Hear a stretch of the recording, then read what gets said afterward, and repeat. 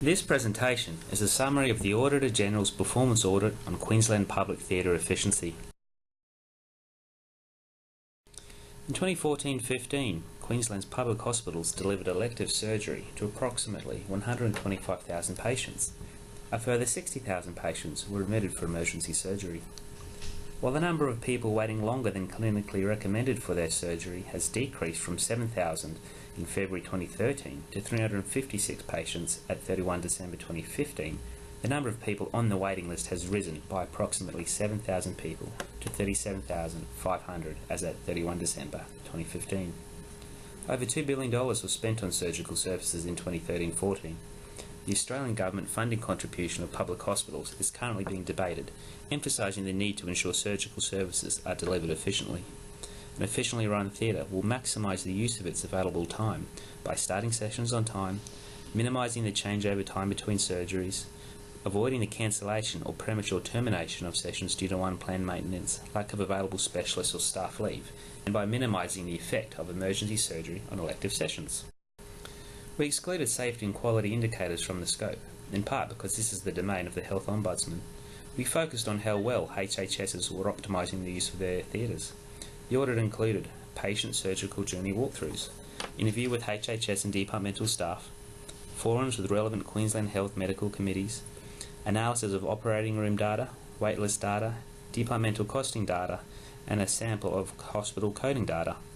To ensure comparability, we standardised the definitions of key efficiency metrics and applied these consistently to hospitals, and allocated hospitals into peer groups based on the Australian Institute of Health and Welfare's peer group classification. A panel of 3 independent specialists provided independent advice to us. The 39 hospitals in scope all use the same operating room management information system. The remaining hospitals are small or remote hospitals that used a different system. The MATA public facilities operating data had unreliable theatre times due to overlapping operations and therefore was excluded from our analysis. However, information pertaining to their cost of their surgical services has been included.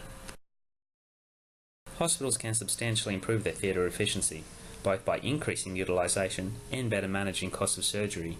That more can be done with existing infrastructure is indicative of the potential savings that can be realised in the system. Improving theatre utilisation will also help to ameliorate the growing elective surgery waiting list.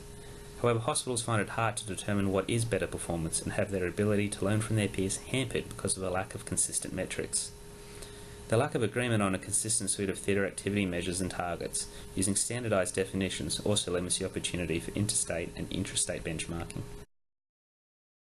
Theatre efficiency varies significantly across the state, in part because there is a lack of accountability and responsibility at both an operational and management level to manage theatre performance. Providing relevant and timely information to the people working in theatres or managing them also varied. Some hospitals had comprehensive and relevant reports, whereas others didn't.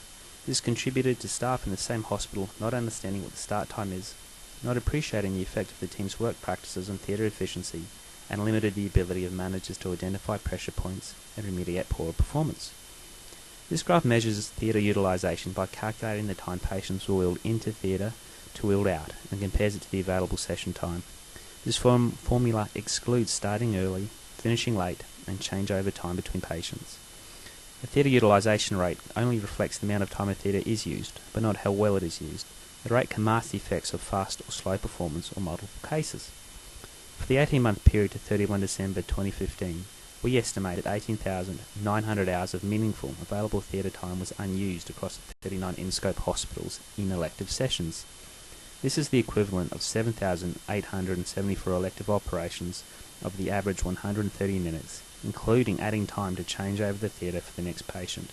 As at 31 December, 37,600 people were waiting for elective surgery, a rise of 7,000 people since February 2013. Starting on time influences the overall efficient use of a theatre and can affect the rate of cancellations later in the session and at the end of the day. Regular late starts will also result in fewer patients being booked into sessions to account for less time the theatre is used, putting pressure on the waitlist.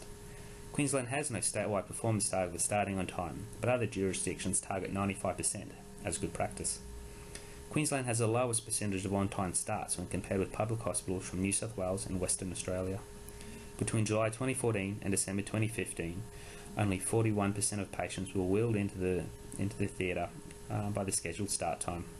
Theatre staff did not record a late start for approximately 54% of first cases that started late by at least 10 minutes.